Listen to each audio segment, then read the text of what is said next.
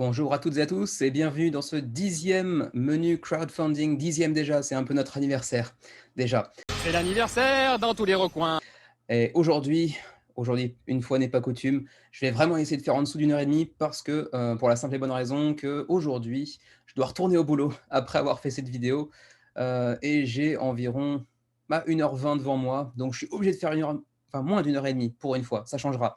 Peut-être forcé par le travail, cette fois, je vais pouvoir enfin respecter, cet objectif que je m'étais fixé au début et que j'arrive difficilement à tenir en tout cas, jusqu'à présent. Allez, c'est parti, on se lance.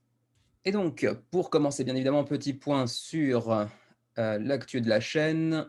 Alors d'abord, avant d'oublier, voilà, ouh, on a grandi un petit peu la taille du format.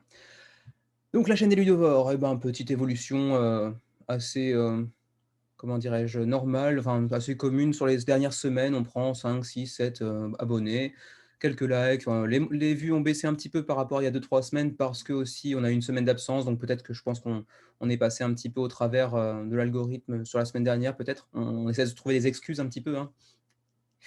Non, bon, on reviendra plus fort, on reviendra plus fort. Allez, trêve de billevesées. J'aime bien utiliser des mots, qu'on n'utilise plus depuis des siècles.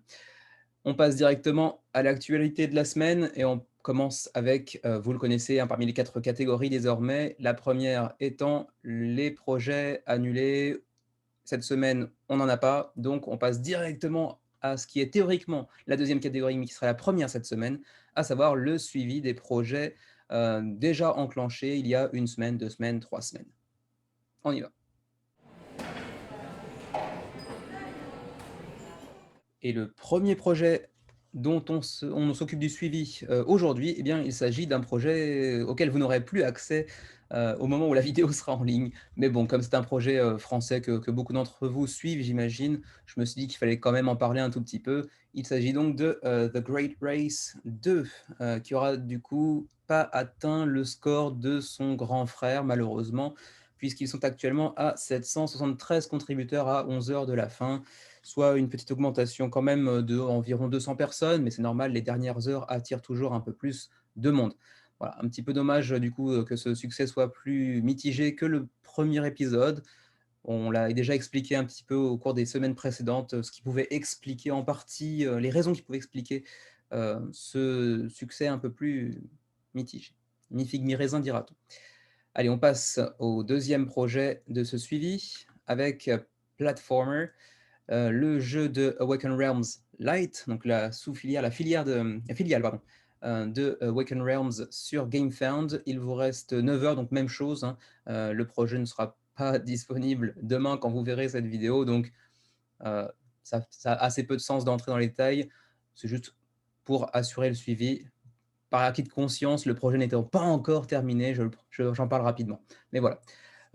Platformer de toute façon était à 495 la semaine dernière, ils sont à, 636, donc c'est pas un gros jeu, mais de toute façon, ce n'est pas un jeu Awaken Realms à proprement parler, donc ça explique aussi en partie, pourquoi ce jeu fait un score assez modeste comparé aux autres projets qu'on a l'habitude de voir chez eux. Le projet suivant, il s'agit de Clash of Cultures que j'ai présenté, la semaine dernière, un jeu bien connu, qui fait, sa «réapparition» entre guillemets, une refonte, avec une, édition monumentale. Il était à 283 contributeurs, francophones, puisque c'est l'édition francophone assurée par Matago. Ils sont désormais pardon, 370, souscripteurs, dit-on ici, sur Game on Tabletop. Et là, par contre, il vous reste un peu de temps, à savoir 3 jours, donc 2 au moment où la vidéo sera postée. Donc, ne perdez pas trop de temps si le jeu, vous intéresse. Petit rappel, c'est un jeu de civilisation assez, populaire, pour les fans du genre. On repasse sur Kickstarter avec cette fois-ci le projet français de, Youssef Fary, notre Youssef Fary national avec, Alone Editions. Il s'agit de Black Hole, le print and play, à 840 contributeurs actuellement, alors qu'on était à 650 la semaine passée, soit plus de 100, ce qui est plutôt pas mal pour un print and play, hein. Je le rappelle pour ceux qui seraient un peu anglophobes, il s'agit d'un jeu que vous imprimez et qui n'a donc pas de forme physique matérielle qui vous parviendra, par la poste, comme à l'accoutumée. Donc là, c'est un projet que vous devrez imprimer et bon, il y a du matos à imprimer, hein, je le rappelle, il y a quand même 150, pages, dans un livret de script, ainsi que des cartes et cetera, des plateaux à imprimer également. Je sais quand même que sur, Crowd, hein, le forum un petit peu où se regroupent un peu tous les aficionados, des jeux en crowdfunding, en financement participatif, il y a un groupe, qui cherche à, développer une version physique du jeu en passant par, un intermédiaire. Je n'ai plus accès à Cloud depuis, 2-3 mois désormais, donc je ne pourrais pas assurer le suivi à ce niveau-là. Mais si vous n'y êtes pas encore inscrit ou si vous n'avez pas connaissance de ce topic, allez y jeter un œil. Si vous êtes intéressé par le jeu, mais que vous avez la flemme d'imprimer, ça peut être une option viable. Voilà. Voilà pour Black Hole. Ensuite, Start Them Up, autre, projet français que j'ai présenté il y a une semaine, 2 semaines? Il y a 2 semaines, Start Them Up, que j'ai présenté très brièvement. De toute façon, l'évolution est assez faible malheureusement. Bon, c'est un jeu qui n'a pas fait beaucoup parler de lui. Ils étaient 102 la semaine dernière, 108, donc un petit +6. Mais l'objectif y est, hein, ils étaient déjà financés la semaine dernière, ils le sont encore cette semaine, pas de problème pour ce petit jeu de deck building français. Ensuite, Villagers et son extension Shifting Seasons qui vous offre 4 nouveaux modules. J'en ai parlé également il y a 2 semaines, donc allez jeter un œil, je ne vais pas en parler en détail aujourd'hui. 6 817 contributeurs, une belle évolution puisque la semaine dernière, il s'était encore à 5 800, donc plus 1000 en une semaine. Il vous reste environ 5 jours pour ce jeu de cette collection, ou en tout cas pour cette extension qui, attention, n'a pas de version française. On continue le suivi de la semaine, cette fois-ci avec Annihilageddon, toujours aussi difficile à prononcer ce jeu. La semaine dernière, j'en avais parlé un petit peu, mais je l'avais présenté plus en détail il y a 2 semaines. Pour ceux intéressés, allez voir la vidéo d'il y a 2 semaines pour une présentation plus détaillée, pour ce jeu à l'humour très, très grivois, un jeu de deck building, avec un humour très en dessous de la ceinture. Il était à 2000 la semaine dernière, 2300, donc l'évolution est plutôt bonne pour ce jeu à qui il reste 11 semaines, pas 11 semaines, non, 11 jours, pardon. Il vous reste 11 jours pour aller voir un petit peu de quoi il s'agit, mais bon, sachez qu'il s'agit, je fais des virelangues, qu'il s'agit d'un jeu de deck building avec des dessins très, très, très colorés et très, très, très grivois, comme vous pouvez le voir. Donc, bon, pour public averti, dirons-nous. Jeu suivant avec Battle Peak, qui n'était pas financé la semaine dernière et c'est pas beaucoup mieux cette semaine, puisque ce petit jeu hollandais est désormais à 93 contributeurs, à presque 2 semaines, en 12 jours de la fin de la campagne. Je pense que là, il serait bon de passer à l'action et d'annuler la campagne, pour revenir plus tard, puisqu'après 1 semaine et demie, 2 semaines, toujours être à 93 contributeurs, soit à environ un sixième, un peu moins, un cinquième de son objectif. C'est pas folichon, donc il serait peut-être bon d'annuler la campagne pour revenir plus tard. On verra ce qu'il en sera la semaine prochaine. Ice Flows and Foes, pareil, j'en ai parlé la semaine dernière, je l'avais présenté brièvement. Ice Flows and Foes était à 59 contributeurs, il était désormais à 66 contributeurs, mais il a quand même franchi la barrière du financement qu'il s'était fixé. Encore un jeu hollandais d'ailleurs, pour ce petit jeu très familial. J'en ai parlé la semaine dernière, je vous renvoie donc à la vidéo en question. Velocity Vanguard, autre jeu dont nous avons déjà parlé il y a 2 semaines. Je l'avais présenté un peu plus en détail il y a 2 semaines, donc je vous renvoie vers cette vidéo à nouveau. Il était déjà financé la semaine dernière, il a pris 50 contributeurs supplémentaires pour atteindre 524 à 12 jours de la fin pour ce jeu de simili 4X dans l'espace, avec, comment dirais-je, un vaisseau évolutif avec énormément de possibilités différentes, mais un jeu très, très fluo également, donc la DA peut ne pas plaire à tout le monde. Mais en tout cas, il a séduit suffisamment de monde pour que le projet soit mené à bien. On continue avec Distilled, l'un des gros projets finalement de la semaine dernière, même s'il était assez peu attendu. Il a su conquérir le cœur de 4200 contributeurs d'ores et déjà. Distilled, la semaine dernière, je l'avais présenté en long, en large et en travers, donc allez y faire un tour, la vidéo de la semaine dernière. Et la semaine dernière, il était à 2575, il a presque atteint 4200 désormais, donc une très très belle évolution de campagne sur ce jeu où l'on va distiller de l'alcool de 1 à 5 joueurs, 30 minutes par joueur, 14 ans et plus. Revisionner pardon, la présentation de la semaine dernière. Je me presse un petit peu trop à cause du temps, mais faut quand même que je reste compréhensible, donc on va se calmer un petit peu. Allez, on continue avec Ultia, petit jeu, pli, japonais que j'avais présenté très, très brièvement la semaine dernière, en version anglaise pour ceux, qui, pourraient éventuellement être intéressés. En VF non, mais en VE, en version anglaise, donc version English, donc version anglaise, il est disponible. Et la semaine passée, Ultia était à je l'ai oublié je crois, non 200 contributeurs, 272 maintenant, donc mon petit projet qui suit son petit bonhomme de chemin. Il reste encore 2 semaines, donc largement assez de temps pour se décider. Ensuite, bon celui-là c'est juste pour le fun, hein, The Lord of Borders, autre projet japonais présenté très, très brièvement la semaine dernière. Et pourquoi très brièvement? Parce qu'il n'y a pas de version anglaise, il n'y a pas de version française, c'est un jeu exclusivement en japonais et qui plus est, distribué uniquement au Japon également. Donc à moins de vivre au Japon comme moi, vous n'aurez pas l'occasion de mettre la main dessus. On continue avec Tranquility, qui était à 1030 la semaine dernière, 1180, donc plus 150 depuis la semaine dernière pour le petit frère de Tranquility, premier du nom. Cette fois-ci, The Ascent, donc un standalone avec un gameplay relativement différent. Ensuite, on avait présenté aussi rapidement Prise de fer, ou peut-être avec l'accent anglais, Prise de fer, petit jeu de 18 cartes, un peu à la façon des Button Shy Games, dont nous avons fait une présentation. Je vais le dire à chaque fois que je parle de prise de fer. On avait présenté Skulls of Sedlec ainsi que Sprawlopolis. Ça reprend un petit peu le même format, donc de, comment dirais-je, de portefeuille simili-cuir, mais en fait c'est du vinyle, hein. Très petit jeu, très format de poche, où vous allez vous affronter dans un combat d'escrime, en fait, tout simplement. Prise de fer est également financée depuis la semaine dernière. Actuellement 270 contributeurs, alors que la semaine dernière, il était à 175. Donc environ plus 100. Il reste de toute façon 2 semaines et demie. Par contre, pas de version française.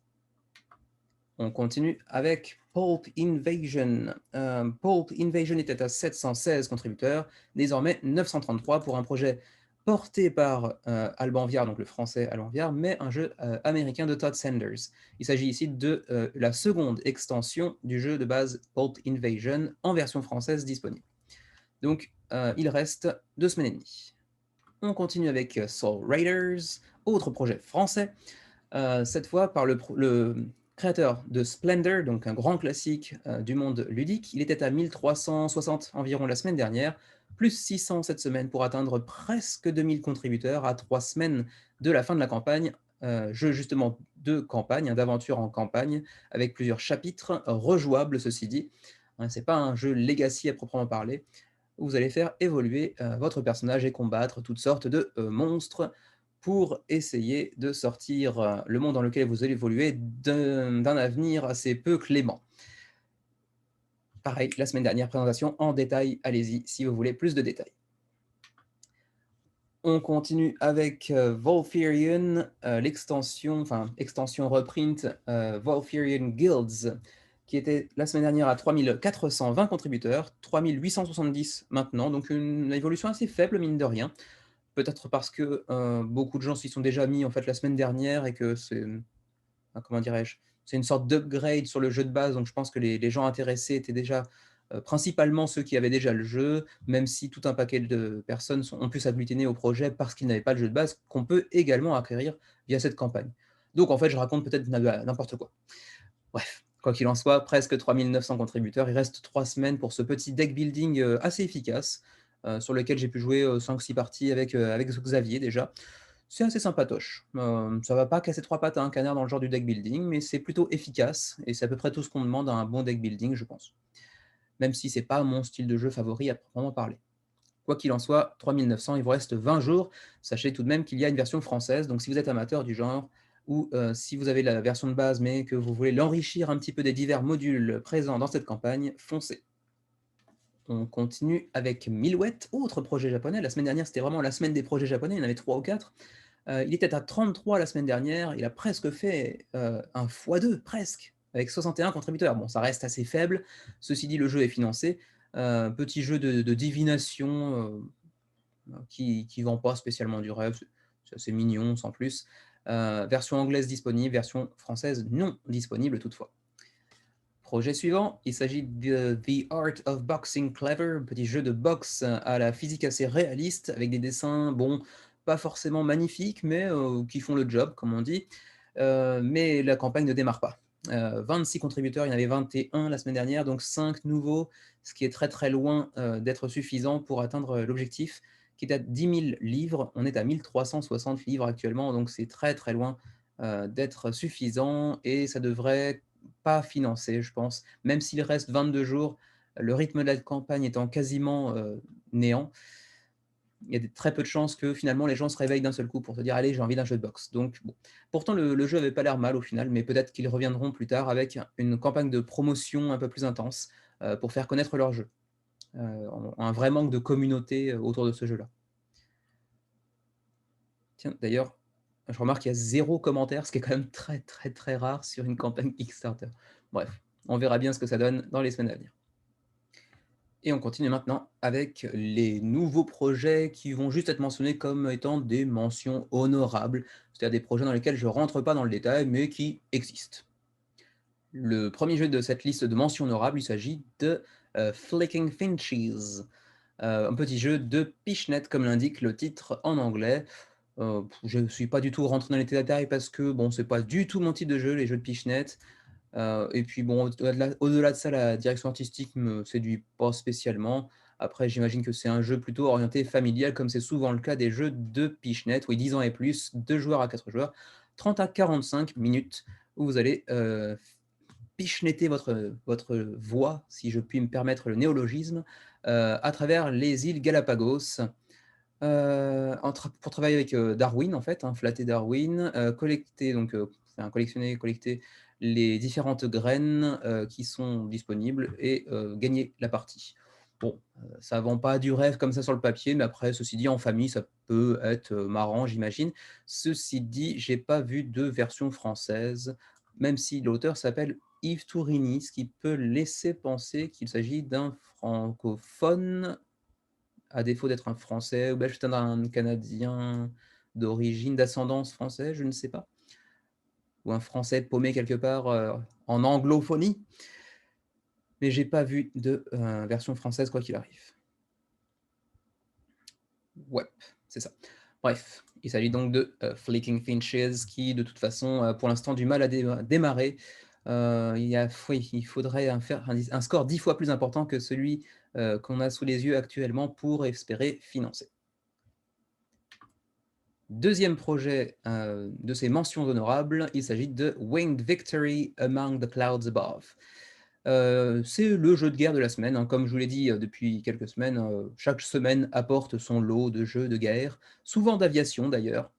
J'imagine que c'est plus facile à représenter en jeu de société, je ne sais pas. Quoi qu'il en soit, Winged Victory cette fois-ci vient d'Italie, et il s'agit encore une fois, j'ai l'impression, d'un jeu qui nous place au sein de la Deuxième Guerre mondiale, Première Guerre mondiale, pour 1 à 8 joueurs, ce qui est assez rare pour un jeu de guerre, j'ai l'impression. 15 ans et plus, 90 minutes environ pour une partie. On ne va pas entrer dans les détails, j'y connais rien en jeu de guerre, je vous dis juste que ça existe. Après, est-ce qu'il y a une version française? Il y aura une version gratuite, enfin, le PDF sera gratuit pour ce qui est de l'anglais. Il y aura version italienne, évidemment, parce que c'est un jeu italien. Mais sinon, on nous dit également que le langage n'est absolument pas nécessaire pour jouer au jeu. Donc, il n'y a pas de texte, visiblement, sur le matériel. Pour l'instant, c'est vrai que ça a l'air d'être le cas. D'accord, c'est essentiellement donc, des signes. Donc, effectivement, pas de langage. Donc, bon, si vous comprenez l'anglais, vous pourrez au moins jouer au jeu. Si vous êtes fan de jeux de guerre, le jeu, de toute façon, est déjà financé avec 137 contributeurs à 16 jours de la fin. Autre petit jeu qu'on me présente rapidement aujourd'hui, I'm right, you're wrong. J'ai raison, t'as tort. Cherche pas, t'as tort. Comme on pourrait traduire. Un jeu, comme vous pouvez l'imaginer, de duel, même si en fait ce n'est pas vraiment un duel, puisque vous pouvez jouer de 2 à 5 joueurs, mais c'est un jeu où on va se contredire les uns les autres à partir de cartes, mais ça ne repose pas vraiment sur de l'argumentation, à vrai dire, hein. Ça ne repose pas sur la parole, vraiment. Le titre le laisse penser, mais en fait, c'est pas vraiment le cas. C'est un jeu de stratégie avec un petit peu de chance, certes, qui se base sur des cartes avec une direction artistique assez sympa. Moi, j'aime bien, franchement, ces illustrations sont assez sympatoches. Après, c'est très simpliste, hein. C'est un jeu donc de 2 à 5 joueurs, de 2 à 20 minutes, donc ça peut être théoriquement très rapide. Jeu d'ambiance, hein, de partie, comme on pourrait dire. 14 ans et plus, j'imagine que ça vient aussi essentiellement peut-être du vocabulaire utilisé, je ne sais pas très bien. Différents types de cartes, donc vert, rouge, jaune, avec des effets différents. Gagner des cartes, en défausser, et cetera, et donc apparemment le dernier qui a encore des cartes en main l'emporte à la fin de la partie, si j'ai bien compris, mais je me suis pas tellement plongé dans l'univers de ce jeu parce que les jeux d'ambiance, c'est pas trop mon truc, donc à moins qu'il y ait un gros projet de jeu d'ambiance, je les présenterai rarement en détail. Et je regarde rapidement juste pour le français, je ne crois pas qu'on ait de version française à l'heure actuelle. Non, c'est pas proposé, j'ai l'impression. Voilà pour I'm Right, You're Wrong, il vous reste environ 17 jours. Si vous voulez vraiment une présentation un peu plus avancée parce que vous aimez bien les jeux d'ambiance, je pourrais le faire si quelqu'un me le demande éventuellement. Sauf si c'est Anthony, parce que je sens qu'il serait capable de me le demander juste pour me faire du boulot supplémentaire et après se plaindre que je fais des vidéos trop longues. Allez, on passe à la suivante. Et la suivante, c'est bien Top Pop, The Bottle Cap Stacking Game. Donc c'est un jeu où vous allez entasser des capsules de bouteilles de soda. Un thème passionnant, n'est-ce pas?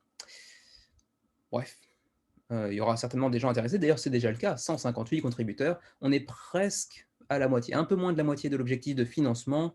Il reste 3 semaines. Bon, on va rentrer dans le ventre mou de la campagne normalement, mais bon, ça devrait pouvoir financer. Tout dépendra aussi des annonces qu'ils font pour essayer de booster un petit peu la campagne. À voir. C'est un jeu à l'apparence un petit peu rétro, donc ouais, un petit peu 60s, comme c'est dit ici. Pourquoi pas? De ce point de vue-là, c'est assez joli, mais après, l'univers me tente pas du tout. Je sais pas très bien de quoi il s'agit en termes de gameplay, parce que je me suis pas intéressé plus que ça au jeu. Mais comme je l'ai dit tout à l'heure, si jamais ça vous intéresse, pourquoi pas en parler un petit peu plus. Euh, j'ai l'impression vaguement qu'il s'agit un petit peu de set collection, mais je pourrais me tromper. En tout cas, ça a le mérite d'être un thème original. C'est déjà ça. Ils ont ça pour eux. Mais après, est-ce que c'est vraiment très intéressant? Je sais pas. Le jeu est en plus de ça pas très cher, hein, 25 $, c'est relativement raisonnable. J'imagine que les frais de port sont finalement assez peu intéressants pour l'Europe, comme c'est souvent le cas pour les jeux pas chers. Non, ça reste raisonnable aussi, 8 à 12 dollars pour l'Union européenne, un peu moins pour le Canada. Ouais, pourquoi pas. Je me plongerai peut-être un peu plus dedans la semaine prochaine, parce que j'aurai un peu plus de temps devant moi normalement. Mais a priori, c'est pas un jeu hyper intéressant et il n'y a pas de version française. Ceci dit, vous pouvez l'essayer sur Tabletop Simulator pour ceux d'entre vous qui seraient susceptibles d'être intéressés. Là, vous avez une petite description ici du gameplay. Bon, je regarderai peut-être la semaine prochaine si jamais ça vous intéresse. On verra. Prochain projet, il s'agit de Rider, the Card Game, qui vient d'Australie. 46 contributeurs, je crois que c'est presque déjà suffisant. Ouais, presque. Ils ont fixé un objectif assez faible, ce qui leur permet de financer assez rapidement. Tant mieux pour eux. Un jeu de 2 à 8 joueurs pour 45 minutes environ, 9 ans et plus. Un jeu de combat où on va chercher à être un meilleur mage chevalier que les autres, en fait. Donc, thème assez récurrent dans le secteur du jeu de société, hein, tout ce qui est Epic Fantasy avec combat pour devenir le meilleur chevalier, le meilleur mage, etc. De la table, ça se voit assez fréquemment. La direction artistique n'est pas folle, mais elle fait le job, hein, c'est tout à fait convenable. Ça n'a pas l'air plus vilain qu'autre chose. C'est pas très cher, 25 $. Bon, pourquoi pas. 7 $ en plus pour ce qui est des frais de port, donc c'est plutôt abordable, tout bien considéré. Je ne saurais pas trop vous en dire plus pour ce qui est du gameplay à proprement parler. Peut-être une sorte de deck building. J'avoue que j'ai pas pris le temps de regarder ce jeu parce qu'il ne m'intéressait pas au-delà de ça. Et puis en plus, comme je vous l'ai déjà expliqué, j'ai pas le temps cette semaine. Donc on va directement passer à la suite. Partie suivante, on entre un peu dans le dur, la moelle de notre format, à savoir les projets un peu plus intéressants, nouveaux projets de la semaine.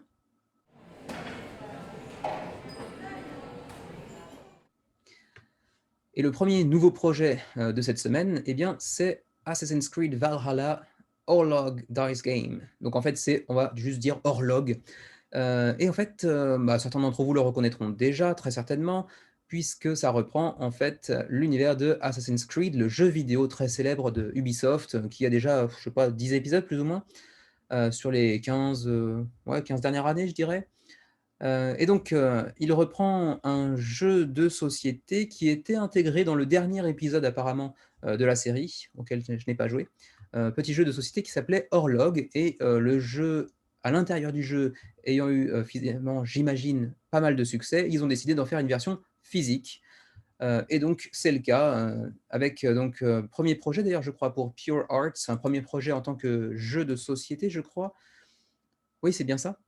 C'était une miniature par le passé. Alors Pure Art, ceci dit, n'est pas totalement inconnu. C'est une boîte, qui est avant tout connue pour, avoir des connexions avec notamment Ubisoft et qui faisait beaucoup plus, de comment dirais-je? De digital auparavant, et aussi de, figurines. Et donc ils nous viennent avec un premier jeu qui est pas très, très compliqué à développer puisqu'il existe déjà, au préalable via le jeu vidéo.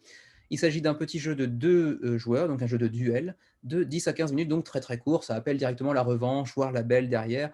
Jeu très court de dés, avec un très joli matériel comme vous pouvez l'imaginer, hein, quand on a une licence, autant l'utiliser. Donc 8 ans et plus, de joueurs, 10 à 15 minutes. Bon, petit jeu 2D, donc ça casse pas 3 pattes à un canard non plus. C'est pas le cul de chouette. Ah, mais je suis bête. Vous devez jouer avec les règles à l'Aquitaine, vous. De quoi? C'est un jeu de dés, mais c'est pas le cul de chouette, certes.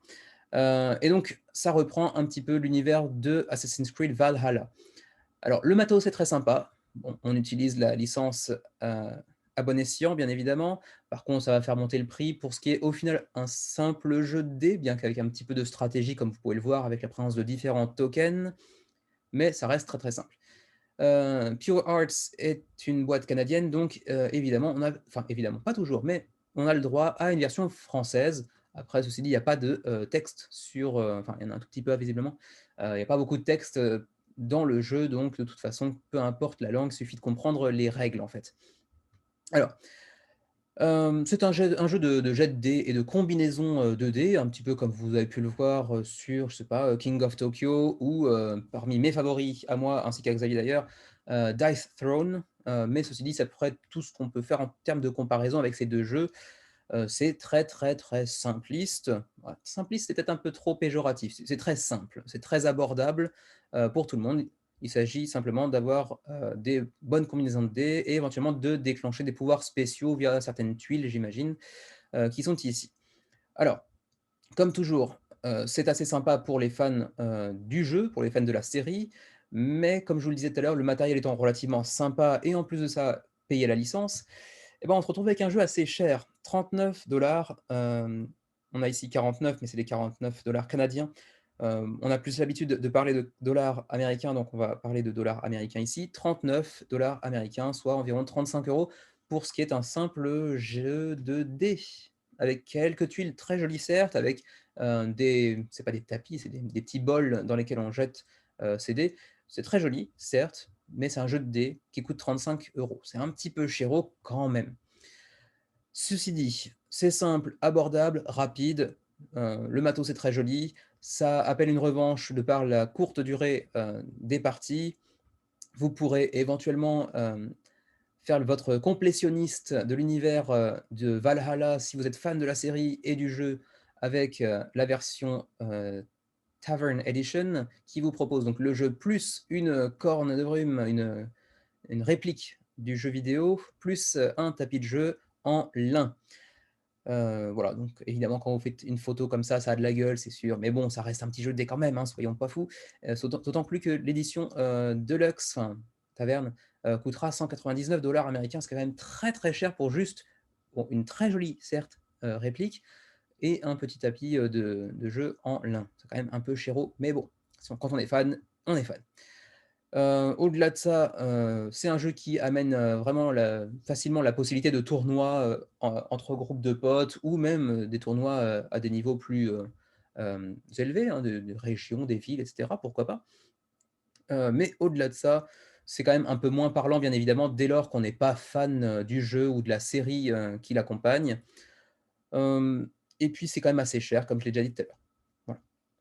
Voilà. Aussi les frais de port, il me semble, je vais aller voir, hein, confirmer, mais c'est assez cher aussi en termes de frais de port. On a bien évidemment quelques stretch goals développés, enfin dévoilés, pardon, des petits sacs en lin, eux aussi, du plus bel effet, j'avoue. Des dés phosphorescents en option, vous n'êtes pas obligé de les prendre. Les dés de base sont peut-être un peu plus classe en termes de matériel, mais ils ne sont pas phosphorescents, donc vous choisissez au final ceux que vous préférez. On a ouais d'ailleurs, déjà des fiches, pour faire des tournois, donc vraiment, c'est un jeu qui s'adapte bien à ça.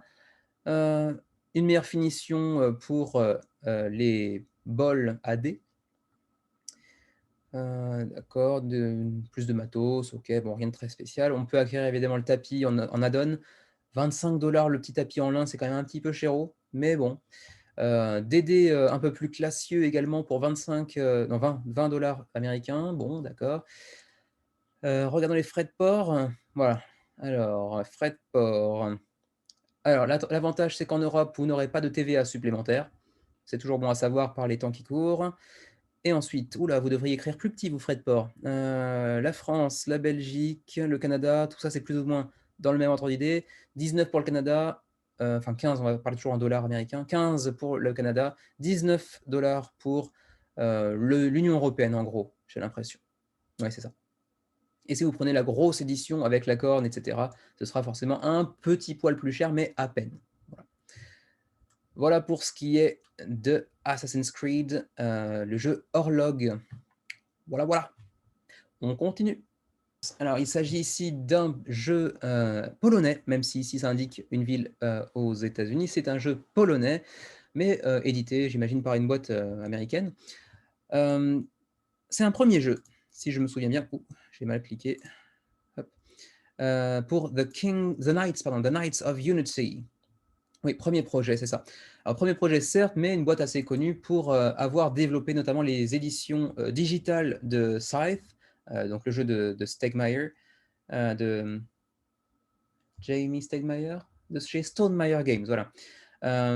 Mais également, le Gwent, donc le jeu issu de la franchise, encore une fois, The Witcher. Dans Witcher 3, vous pouvez notamment jouer au Gwent, hein, ce jeu de cartes qui avait eu une version digitale qui avait très bien marché également. Et donc ce sont les gens de cette équipe qui avaient fait donc les versions digitales de ces 2 jeux qui viennent avec leur premier jeu de société, à savoir donc Death Roads All Stars et qui va vous plonger dans un univers un petit peu, pas post-apocalyptique mais, disons dystopique. Alors, comme vous pouvez le voir ici, il s'agit d'un jeu de voiture. Mais attention, avant de partir, pour ceux qui ne s'intéressent pas aux voitures, je ne m'intéresse pas aux voitures non plus, mais ce projet m'intéresse un petit peu quand même. Pas au point de baquer, je pense, mais c'est intéressant. Alors, on va se plonger un petit peu plus en avant dans le jeu. Alors, Death Road All Stars, il s'agit d'un jeu au tempo hyper soutenu et un jeu de combat à bord de bolides modifiés, bien évidemment, euh, avec un univers qui est situé dans un futur dystopique. Alors, c'est un jeu qui se joue de 2 à 4 joueurs pour 14 ans et plus, et des parties entre 45 et 90 minutes. Alors, je vous ai parlé de futur un petit peu dystopique. D'ailleurs, on a un jeu ici qui, enfin, via la boîte, rappelle un petit peu, moi, me rappelle des souvenirs de collège, ça ne nous rajeunit pas, des souvenirs d'un jeu de PlayStation 1, je crois, qui s'appelait Destruction Derby, où on s'affrontait avec des bagnoles, on se foutait sur la tronche avec des bagnoles, on se rentrait dedans à toute berzingue. C'était assez, jouissif comme jeu. J'imagine que ça a assez mal vieilli. Juste pour le fun, je vais peut-être intégrer une petite vidéo par nostalgie. On verra. Et alors, dans ce jeu, placé dans un futur dystopique, eh bien, en fait, il existe un programme de télévision qui propose à, différentes personnes, en fait, de participer à une course de bolides, enragés et armés, surarmés même, pour éventuellement gagner, votre place au sein d'une métropole, fastueuse, un petit peu dernier bastion de la civilisation, si l'on veut. Voilà pour ce qui est j'allais dire du 7T en japonais. Pourquoi je parle japonais tout d'un coup? Peut-être parce qu'avec Xavier ou d'autres, francophones, du coin, souvent on a des mots en français en japonais qui nous sortent, à la place du français, ouais, vous vous en foutez, je sais pas pourquoi je raconte ça. Continuons. Donc, voilà pour ce qui est de l'univers un petit peu du jeu.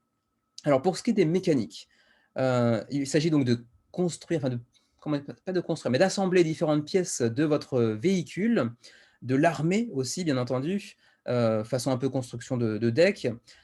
Ensuite, d'éliminer vos partenaires sur une course assez courte, mais très, très agressive.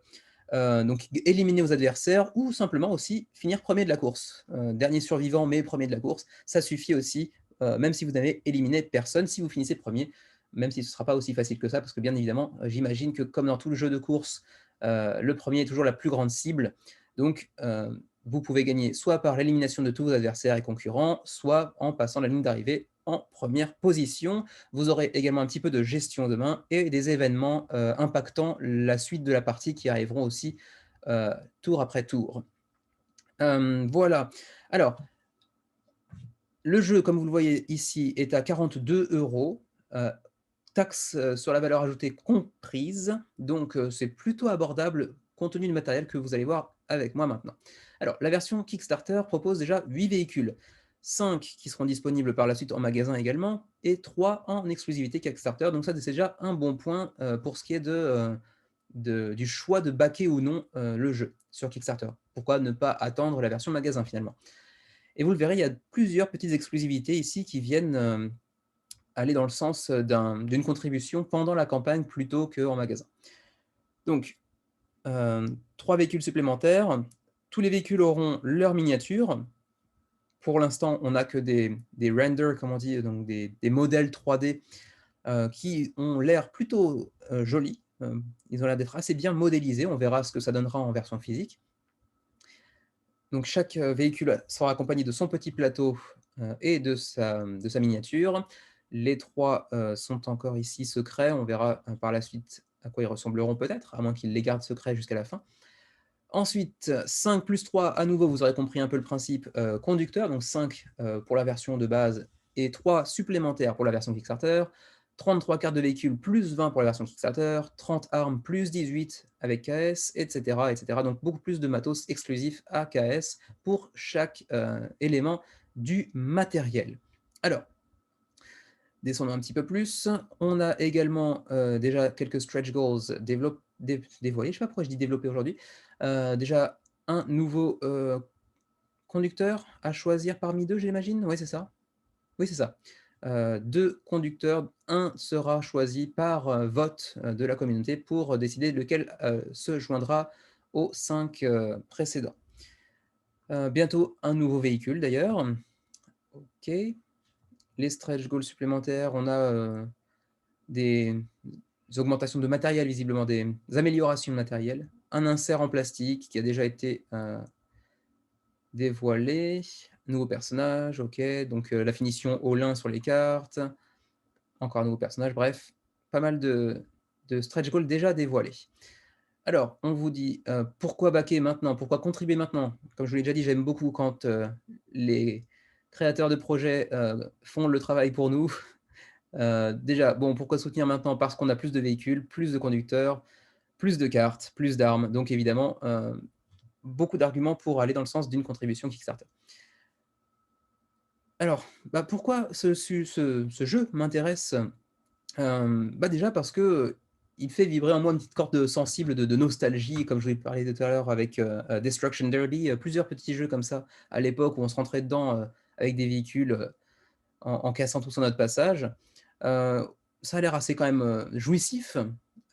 C'est vraiment un jeu très, décomplexé où on se rentre dedans, c'est du fun, mais à la fois c'est assez stratégique. Il y a aussi une notion, comme vous voyez ici, de dérapage, éviter de sortir de piste par exemple, qui peut être assez, intéressant.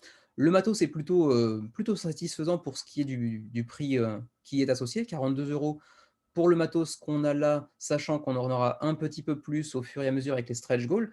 C'est relativement, honnête plutôt abordable. Il y a pas mal d'exclus, Kickstarter comme on a pu le voir, donc de ce point de vue-là, c'est aussi sympa.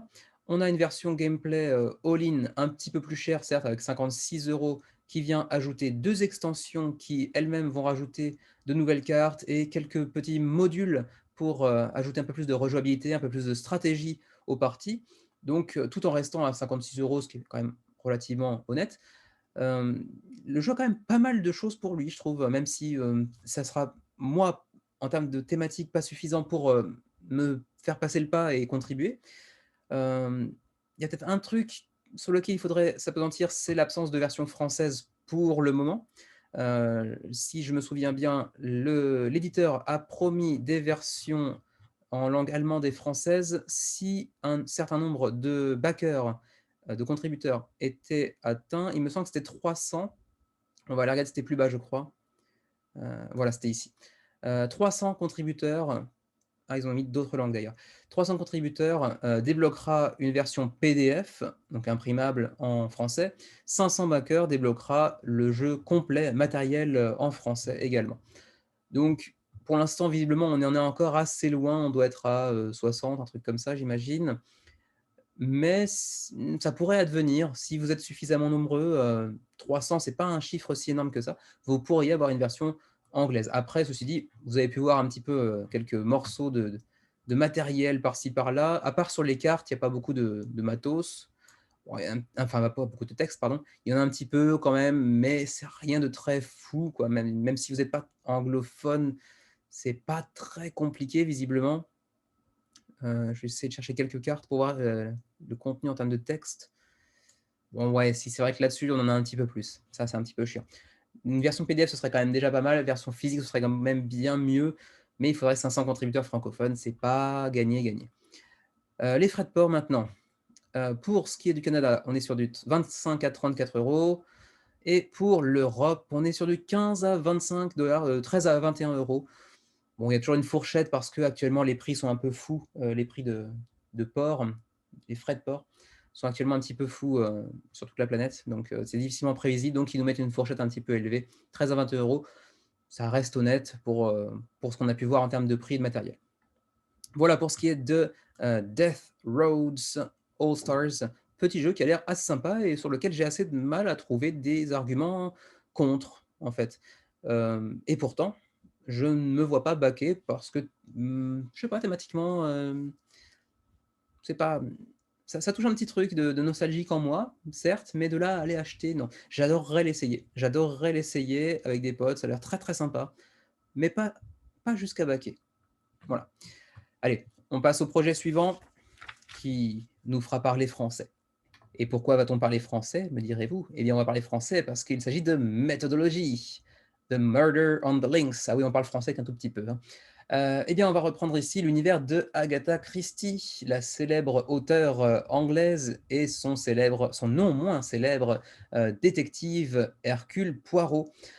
Ici, ça va reprendre un petit peu l'histoire donc Murder on the Links, qui en version française, j'ai cherché pour l'occasion, c'était Le crime du Golfe. Pour les amateurs d'entre vous, ceux qui apprécient l'œuvre d'Agatha Christie, j'avoue ne jamais en avoir lu jusqu'à maintenant, même si c'est peut-être un tort, parce que j'aime bien les histoires de détectives, après tout. Mais bon, je suis plus Arsène Lupin, même si ce n'est pas des détectives, mais ça reste un univers sensiblement similaire. Alors, c'est un jeu de 3 à 6 joueurs pour 14 ans et plus, pour des parties d'environ 30 minutes. Jeu de déduction, comme vous pouvez vous y attendre, dès lors qu'on parle de Sherlock Holmes, de Hercule Poirot, etc. C'est souvent des jeux de déduction, des jeux, comment dirais-je, où on va jouer pour 3, 4, 5, 6, 7, 8 personnes et où on va chercher à trouver quel est le coupable, qui a fait quoi. Eh bien, ça retombe à peu près dans ce genre de jeu, méthodologie. Voilà, vous le voyez, plusieurs plateaux avec des personnes, des lieux, des armes. Bref, une version moderne et peut-être un petit peu réagencée du Cluedo, en gros, hein. Bon, il n'y a pas de plateau façon Cluedo, mais bon, vous voyez à peu près ce que je veux dire. C'est un jeu d'enquête avec un lieu à définir, un coupable à définir et une arme du crime à définir. Voilà. Alors, pour ce qui est des mechas, bon, comme je peux vous le dire, il s'agit un petit peu d'un jeu de déduction, d'enquête façon Cluedo, avec également, un nouveau contexte, à chaque partie, bien évidemment. Donc, comme les Cluedo, par exemple, vous aurez un coupable, un lieu, une arme différente à chaque partie et des, points à acquérir au fur et à mesure de votre, enquête. Chacun fera son enquête en même temps, bien entendu, avec différents tokens pour, les lieux, les personnages, les armes et cetera. Voilà. Pas vraiment original, certes, c'est pour ça qu'on va pas trop rentrer dans les détails non plus, mais je sais que, ces jeux ont leur public. D'ailleurs, j'ai passé un peu trop rapidement sur le fait qu'il y a déjà 151 contributeurs, donc le jeu n'est pas encore financé, mais ça devrait pouvoir se faire assez rapidement. On est sur un jeu à 30 $, donc ça reste dans les prix, habituels pour ce type de jeu, avec donc ici le deck de personnages. Vous verrez qu'ils ont chacun des numéros en bas et en haut, qui leur sont affiliés. Des localisations, donc des lieux, avec la même chose, hein, des numéros en haut, en bas, avec des illustrations relativement agréables, même si encore une fois, comme pour, Distilled, je trouve un petit peu le même, souci au niveau des personnages que je trouve un petit peu moins réussis. Mais bon, je leur lancerai pas la pierre, comme je l'ai déjà dit par le passé, je dessine à peu près comme un pied, sans orteils. Ensuite, 18 cartes d'objets, donc d'armes potentielles et 3 plateaux de jeu, 1 pour chaque type de carte. Ensuite, des tokens, pour l il y a plus de tokens que de types de cartes par contre. Là, je ne me suis pas assez plongé là-dedans. Je vois qu'il y a 6 tokens de personnes, donc c'est juste parce qu'il y a 6 joueurs dans la partie, c'est tout. Et je pense qu'en fait, on aura simplement des tokens de différentes couleurs pour chacun des joueurs, c'est tout. Ouais, rien de très, très fou, d'accord. Alors, ensuite, mmh, vous aurez éventuellement l'occasion de mettre la main sur, leur précédent jeu, à savoir Wu Wei, un jeu, visiblement dans un univers chinois que je ne connais pas, donc je ne vais pas vous le présenter, bien évidemment. Donc en fait, j'ai l'impression qu'il y a un seul niveau de contribution. Ouais, parce qu'après c'est des retail, donc c'est des magasins.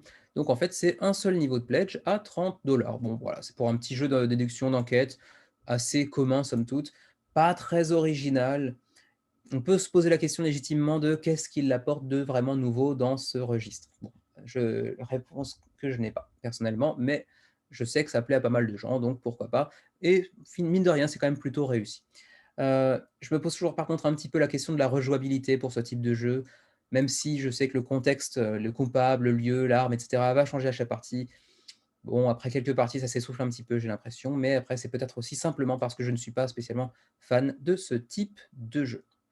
Alors, rapidement, les frais de port, pour ce qui est de l'Europe, ce sera 20 $, ce qui est un peu cher parce que c'est un jeu à 30 $. Donc, 2/3, du prix du jeu, en plus sur les frais de port, ça pique un petit peu. Par contre, heu, d'accord, la taxe sur la valeur ajoutée est incluse, dans le prix, donc ça, c'est déjà un point positif, mais ceci dit, ça se répercute un peu sur le frais de port, je trouve. 20 $, c'est un petit peu cher pour ce que c'est, en termes de matériel. Un petit peu moins pour les Canadiens, ceci dit, mais même pour les États-Unis d'ailleurs, 15 $, c'est quand même un peu cher, la moitié du prix du jeu. Enfin bon, on aime ou on n'aime pas. On continue avec On Mars Alien Invasion. Alors, On Mars, ça vous dit quelque chose évidemment, puisqu'il s'agit du célèbre jeu de Vital Lacerda, toujours illustré par le non moins célèbre Yann O'Toole. Alors, ben, c'est une extension somewhat cooperative. Donc, en gros, en quelque sorte coopérative. Comment on pourrait dire? Quelque peu coopérative. Hmm. On va dire que c'est plutôt orienté coop, mais il y a plusieurs modules en fait. Il y a 4 chapitres, à cette extension, Alien Invasion et en fait, l'une d'entre elles n'est pas purement, coop, mais les autres le sont. C'est pour ça qu'on nous met en gros coopératif. Alors donc, Vital Lacerda nous revient avec, l'univers de On Mars, jeu, qui a fait un gros succès d'ailleurs, hein, toujours chez Eagle Griffin Games d'ailleurs, pardon. Hem, l'éditeur habituel de Vital Lacerda. Juste par curiosité, on va voir combien de contributeurs avaient fait On Mars lors de sa sortie sur Kickstarter. 10 000 contributeurs. Donc attendez-vous certainement à un score à peu près similaire, voire plus élevé pour cette extension, puisqu'on peut également y acquérir le jeu de base. Alors, On Mars avait 8,3 sur BGG, ce qui est une excellente note. Donc, on peut s'attendre à du lourd, comme très souvent chez Vital Lacerda, dans tous les sens du terme d'ailleurs, parce que c'est souvent des gameplays assez complexes, assez brûle-neurones. Alors ici, il nous revient avec une extension assez riche en termes de contenu et en majorité coopérative, même s'il y a un module qui ne l'est pas. Un module aussi qui vous permet de jouer en solo. Donc ça aussi, ça peut être, ma foi, très sympa, un petit Lacerda en solo. Alors, pour ce qui est de l'univers, donc on reste sur Mars, hein, bien évidemment, comme dans le jeu de base.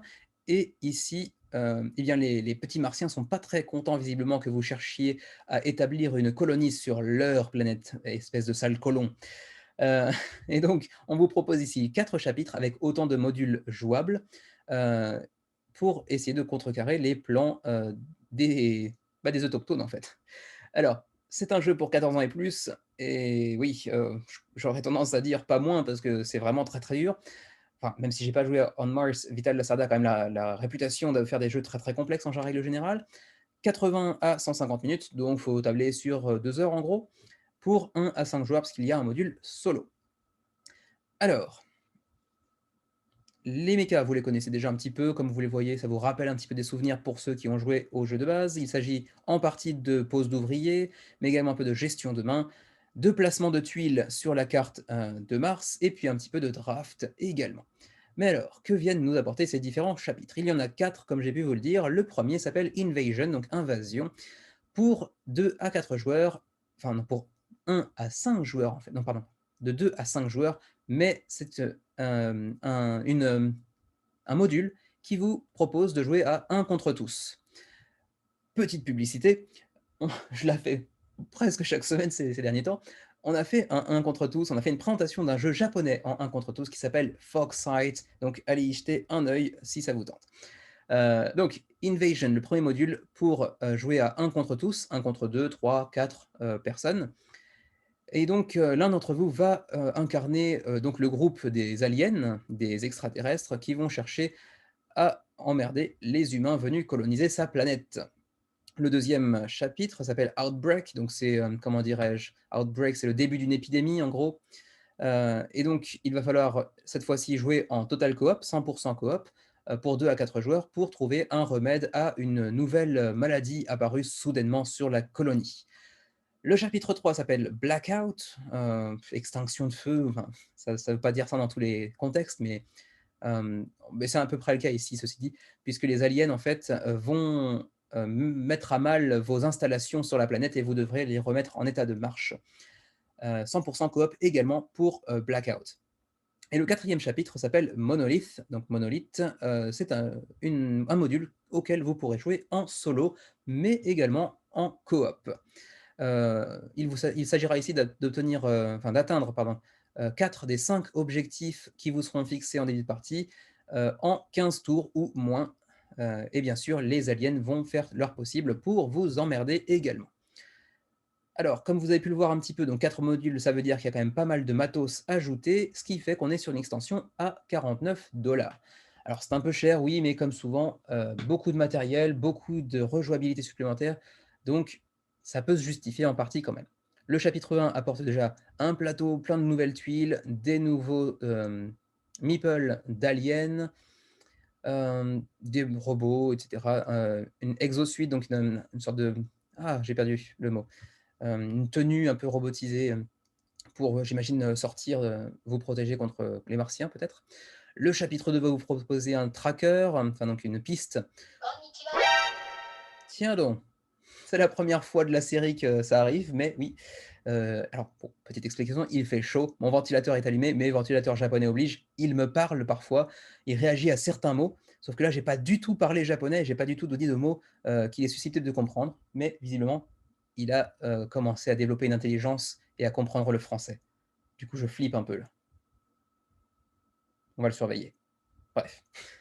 Allez, le chapitre 2 vous propose donc une piste, un meeple, de nouvelles cartes bien évidemment, un petit token de vaccins, de médicaments, etc. Tout un tas de missions. Le chapitre 3, pareil, une nouvelle piste, plein de nouvelles tuiles, des cartes. Et le chapitre 4, donc pour le solo, une nouvelle piste, des nouvelles cartes pour l'automa du solo. Et des cartes de sabotage pour les aliens qui vont venir vous emmerder, bien sûr. Ça viendra également avec un insert en plastique pour loger tout le matériel, même si c'est pas aussi classe que des game trays. Ça reste quand même de bonne facture, même si j'espère qu'ils viendront avec, comment dire, lid en français, un petit couvercle en plastique pour éviter que tout se casse la gueule une fois qu'on le met debout ou dans le mauvais sens, etc. Bref. Ensuite, les optional buys, donc les achats optionnels. Alors oui, donc comme je l'ai dit tout à l'heure, vous pourrez déjà faire le duo jeu de base plus extension. Le jeu de base coûte très cher, donc ce sera 174 $ pour l'extension plus jeu de base. C'est assez cher, certes, mais bon, j'imagine que ça fait envie à pas mal de personnes pour ceux qui n'ont pas encore On Mars. Sachez au passage, je ne l'ai pas encore dit, que le jeu sera disponible en français. La commande est faisable, via Philibert. Donc c'est Philibert qui s'occupe, de la distribution en français, ce qui est plutôt, sympatoche et aussi gage de confiance en général. Mais de toute façon, chez Eagle Gryphon Games, en général, il n'y a pas trop de problèmes à ce niveau-là, si je me souviens bien. En tout cas, de réputation. Vous pourrez également peut-être mettre la main, je pense, sur, dans le Pledge Manager, peut-être, les différents jeux de l'éditeur, peut-être? À voir, à confirmer. Je n'ai pas envie de dire de bêtises. Alors, hem, pour faire un petit résumé, on part quand même sur un jeu qui a 8.3 sur BGG, donc un jeu très populaire pour les jeux qui ont pu y jouer, mais attention, très, très lourd. Une extension coop sur un jeu aussi populaire, ça peut être risqué, mais on part sur quand même plutôt des gages de confiance, ne serait-ce que par l'auteur et l'illustrateur qui est toujours aussi talentueux, bien sûr, Yann O'Toole. On a une version française disponible, donc que demande le peuple? Le jeu est également jouable sur Tabletopia pour ceux d'entre vous qui voudraient le tester. Voilà, c'est écrit ici. Donc si vous voulez tester, l'extension avant de pouvoir, prendre votre décision, vous pouvez le faire, même si j'imagine que ce sera seulement en anglais par contre. Bon, par contre, attention, hein, pour ceux qui voudraient se lancer, c'est quand même des jeux assez difficiles d'accès, assez lourds. Je crois qu'on est sur du 4,6 sur 5 en termes de complexité sur BGG, donc c'est du gros, gros jeu. Et puis, petit point noir aussi, on l'a déjà mentionné, c'est le prix, c'était quand même assez cher.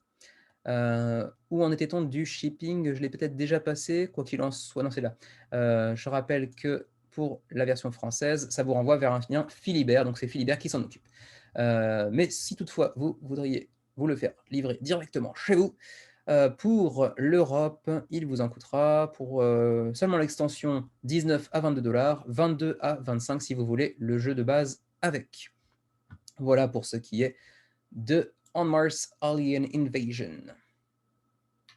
On continue avec Guardians of Fire, un autre jeu irlandais, c'est assez rare pour être signalé. Guardians of Fire, c'est un petit jeu pour 2 à 5 joueurs qui nous plonge dans un univers assez particulier puisqu'il s'agit de la mythologie perse. Donc ça, c'est pas souvent abordé et ça provient, en plus de ça, d'un comics. Donc c'est une licence intellectuelle, comme on dit, une propriété intellectuelle, comme on dit en anglais. Ceci dit, ça va pas être une licence qui, ameute, les foules puisqu'on est à 160 contributeurs, ce qui est assez peu. Bon, ceci dit, le jeu est déjà financé. J'imagine que c'est une licence assez méconnue, en tout cas moi je ne le connais pas, mais c'est vrai que l'univers a l'air d'être assez, plaisant, hein, on ne joue pas tous les jours, dans la mythologie perse, donc pourquoi pas? Donc, comme je le disais, jeu de 2 à 5 joueurs pour 90 minutes ou plus, 14 ans et plus, 50 heures de campagne, mais rejouable.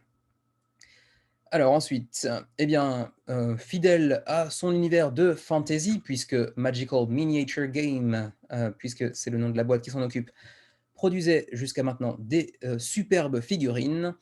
Eh bien, fidèle à son univers fantasy un peu, MMG, on va dire, hein, Magical Miniature Game, nous propose ici un jeu de 1 contre tous, où l'un d'entre vous va incarner le mal, les ténèbres, et les autres vont incarner donc une sorte des sortes de paladins, de mages, qui vont chercher à terrasser les ténèbres. Donc serez-vous l'ambassadeur de Ahriman, le démon, ou les guerriers du bien cherchant à le terrasser? À vous de décider, mais encore une fois, un jeu de 1 contre tous, on en voit pas mal ces derniers temps. Pour ce qui est des mechas, bon, bah, c'est de la campagne évolutive, rejouable, hein, évolutive dans le sens où chaque épisode va influencer le prochain, mais rejouable. On est sur beaucoup apparemment de jets de dés, des pouvoirs uniques pour chacun des personnages que vous allez choisir d'incarner, mais également pour l'ambassadeur des ténèbres, pardon. Des événements impactants et puis un petit peu d'escarmouche de ce que j'ai pu en voir.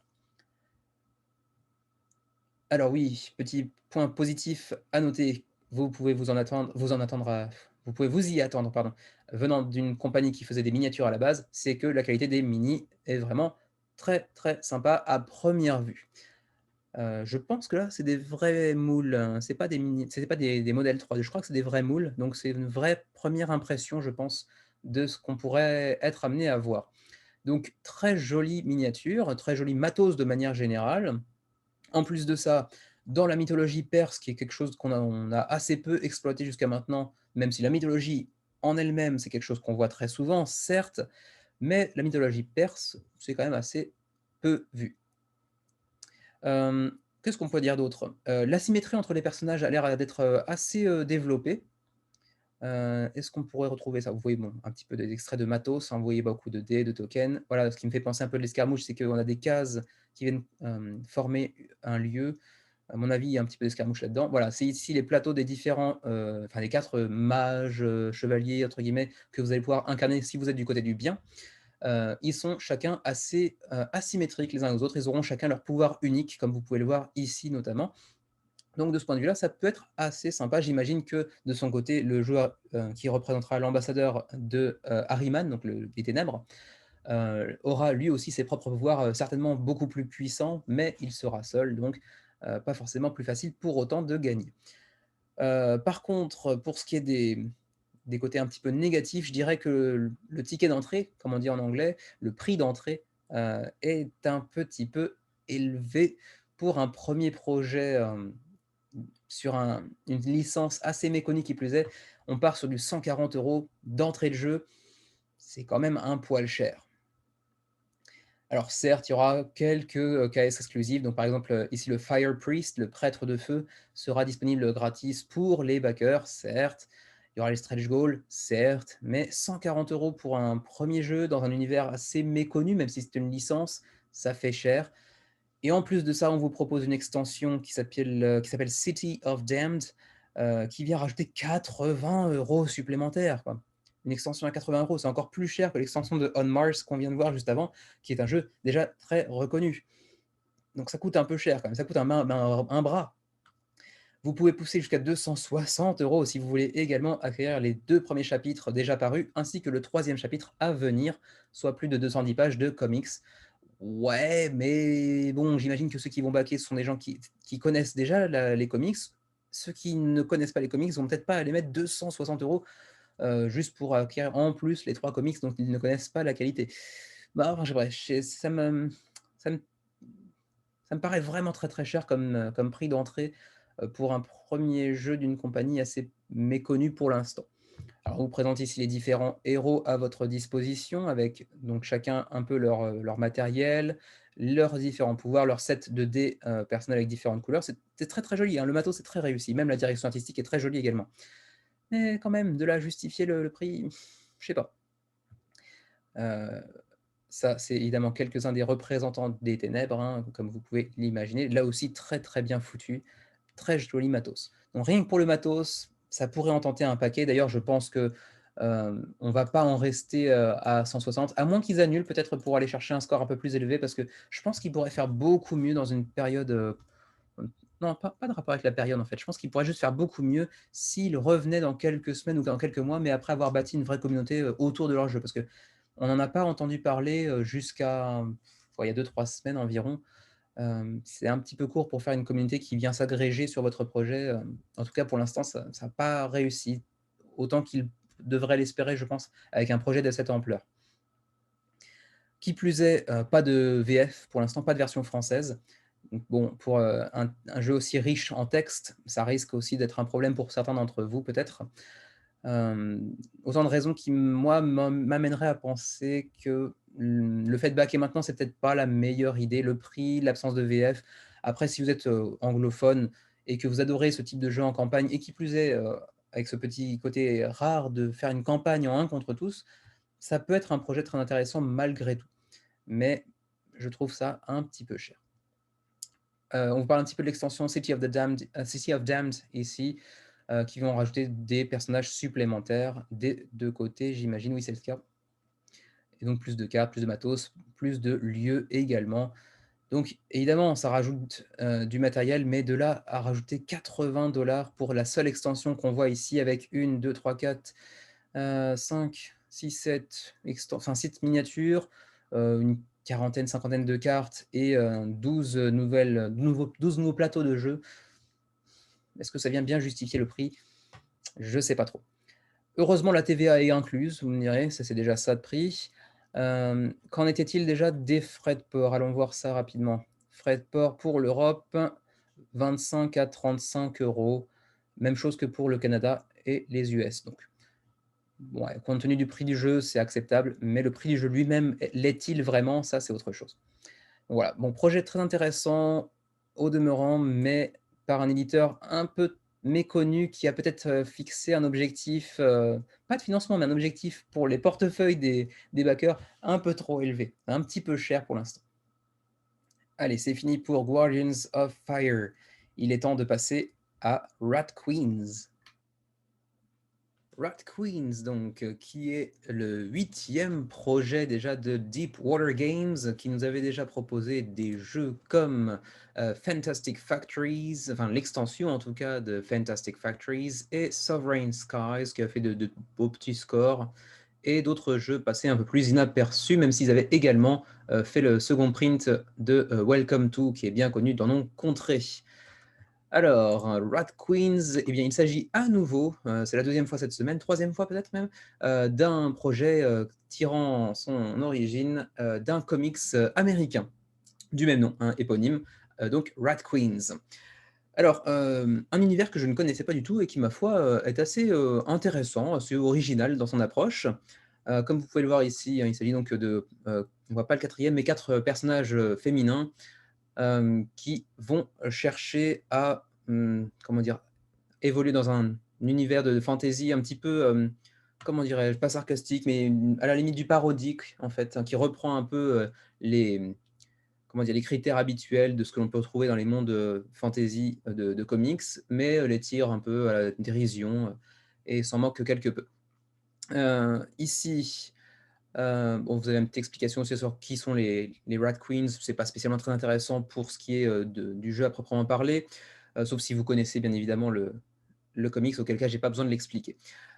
Pour, parler très brièvement, il s'agit d'un jeu de coop, dans un univers de fantasy donc, qui se base un petit peu sur des mécaniques de, deck building sur votre personnage, enfin le personnage que vous allez choisir d'incarner, de combat, avec des jets de dés bien entendu, et puis des personnages, améliorables, évolutifs, au fur et à mesure de la campagne. Voilà, vous voyez ici un petit aperçu du matériel avec les différentes figurines des personnages, des quelques dés, quelques cartes. On va voir également les plateaux rapidement, de chacune, des 4 des 4 reines en fait. Vous voyez qu'ils ont ici quelques pouvoirs, différents les unes des autres, qu'il va falloir utiliser en collaboration pour les rendre plus forts les uns les autres. Avec une dimension assez originale, une mécanique de formation de liens «d'amitié» entre guillemets, même si théoriquement ce sont des sœurs, même si, enfin bref, c'est marqué en tout cas en haut «sisters», mais j'imagine que ce ne sont pas des vraies sœurs. Donc il y aura des, comment dirais-je? Des liens d'amitié, comment dire? De solidarité entre les différents personnages qu'il faudra activer pour, que comment dirais-je? Les capacités spéciales, deviennent plus fortes, si vous les utilisez dans le bon timing, en collaboration avec les autres personnages. Donc ça, c'est une mécanique qui peut être, assez intéressante. Vous voyez ici qu'il y a également un mode solo, hein, vous pouvez y jouer de 1 à 4 joueurs, 5 si vous prenez également l'extension que l'on verra un peu plus bas. Alors, donc quelques miniatures d'adversaires également, il y en aura 3, qui auront chacun également leur plateau individuel. Vous pourrez avoir un pledge un peu plus cher. D'ailleurs, j'ai pas dit le prix du premier pledge qui est à 49 $. Le pledge suivant est à 79, donc 30 de plus pour ajouter l'extension de Braga, qui rajoute un 5e personnage jouable, que voici, avec sa miniature bien évidemment. Une nouvelle miniature, de méchant également, quelques nouvelles cartes bien évidemment pour aller avec ça. Et vous aurez un autre pledge, l'Ultimate Rat Queens à 139 $ au lieu de 200, qui inclura tout ce que l'on a vu déjà précédemment, mais également des pièces en métal, une version de Hana, donc une des 4 reines, dans une version, comment dirais-je, sombre, mauvaise disons, heu, des sleeves pour chaque, personnage, ainsi qu'un playmat, donc un tapis de jeu et un nouveau set de dés, également. Donc vous voyez tout ça, donc les pièces en métal, des sleeves, hein, des pochettes de protection des cartes, on va dire. On a aussi la Evil Hannah qui doit être ici, voilà, c'est ça. Le King Gary qui est un autre personnage également. Donc pas mal de matériel supplémentaire, mais ça commence à taper un peu cher pour un jeu qui me semble être plutôt du côté léger de ce qu'on peut voir en termes de jeux coop, même si c'est peut-être plus profond que ce à quoi, je m'attends potentiellement. Globalement, c'est un univers plutôt original, comme j'ai pu le dire tout à l'heure, avec une, direction artistique plutôt, soignée, jolie, si tant est qu'on aime ce genre de style, ce qui est pas trop mon cas, mais il faut reconnaître que c'est bien exécuté. Hem, c'est un peu moins cher qu'en magasin d'après ce que l'on voit, hein, pour chaque pledge, on peut voir une, réduction assez conséquente, hein, 79 au lieu de 100. Il y a que le jeu de base en fait qui a le même prix apparemment qu'en magasin, donc on serait plutôt enclin à pencher vers un niveau de pledge un peu plus conséquent pour pouvoir bénéficier d'une véritable promotion. Mais d'un autre côté, ça vous fait dépenser plus. Donc est-ce forcément un bon choix? À vous de peser ça dans la balance. Par contre, pas de VF pour l'instant en tout cas, hein, j'ai pas vu d'annonce, concernant une éventuelle version française, francophone. Donc à suivre, peut-être encore, comme souvent dans bien des projets, selon le nombre de backers, peut-être qu'on pourrait être amené à débloquer cette version française, ne serait-ce qu'en PDF. En tout cas, pour l'instant, j'ai rien vu et de toute façon, il faut bien savoir que ça nous provient d'une licence américaine qui n'est absolument pas connue dans nos contrées. En tout cas, c'est l'impression que j'ai. Vous me direz si je me trompe, je n'habite pas en France, donc il est possible que je n'ai pas connaissance de la popularité de ce projet, enfin de l'œuvre dont il est, issu. Donc à voir. Quoi qu'il en soit, VAT friendly shipping, apparemment, il y aurait pas de, taxe, sur la valeur ajoutée en plus du prix, si j'en crois bon, le macaron est pas forcément digne de confiance, mais c'est écrit VAT friendly, donc normalement ça devrait, être déjà inclus. Pour l'Europe, le pledge de base est à 22, puis 25, puis 29 selon ce que vous prenez. Ça reste en termes de rapport prix du jeu, prix, des frais de port assez, normal. Par contre, bon après, c'est aussi, il faut bien le dire, un univers qui peut ne pas attirer aussi, hein. C'est plutôt bien réalisé, c'est plutôt joli certes. Bon après, moi, c'est vrai que je me sens pas du tout attiré par, ce que je vois du jeu. Ça a l'air d'être un jeu coop, original, avec un univers en tout cas original, quelques mécaniques bien senties par-ci par-là apparemment. Mais au final, est-ce que je me sens attiré par le jeu? Pas du tout. Donc bon, je sais pas. J'ai pas d'explication précise, il faudrait que j'y réfléchisse un peu, mais bon, j'ai pas pris le temps de le faire. Voilà pour Rat Queens qui en est à 1556 contributeurs à 2 semaines et demie de la fin de la campagne. On passe au gros projet de la semaine. Mmh, encore une fois cette semaine, je crois que j'aurais pas de vrai coup de cœur. Si je devais pardon, en sélectionner un, ce serait peut-être Bantam West. Ce projet donc, un peu, qui fait penser un petit peu, ne serait-ce que par la couverture, à Red Dead Redemption, le fameux jeu, vidéo. Hem Pas vraiment dans la même lignée en termes de gameplay à mon avis, mais ça peut faire penser puisqu'on vient, nous placer dans le 19e siècle américain, donc les cow-boys, les indiens et cetera. 1 743 contributeurs à l'heure actuelle, il reste, plus de 3 semaines, donc on a largement le temps de s'y intéresser. À savoir quand même que c'est le premier jeu de, Ike Bernicardi et sa nouvelle boîte d'édition qui s'appelle donc Bantam Planet. 1er jeu pour un homme qui est apparemment officier dans l'armée, américaine et qui à côté, bah oui, design aussi des, jeux de plateau en indépendant. Et autant dire que pour un premier projet, c'est un projet d'envergure quand même, c'est assez, ambitieux. Puisque donc, comme je le disais tout à l'heure, ce petit air de Red Dead Redemption, on va vous plonger, dans le Grand Ouest américain du 19e. Et vous allez essayer de laisser votre passé tumultueux derrière vous pour partir dans une nouvelle, contrée, et puis il faudra donc choisir votre chemin, quel chemin allez-vous prendre? Le chemin du bien, du mal ou entre les 2. On est devant un vrai bac à sable avec beaucoup, beaucoup de liberté d'action. Donc ce sera à vous de forger un peu votre histoire, au cours d'une partie. Alors justement, une partie dure combien de temps? C'est pour combien de joueurs et cetera? Alors c'est, heu, pour 2 à 4 joueurs, mais il est recommandé de jouer à 3. Apparemment, c'est la meilleure configuration.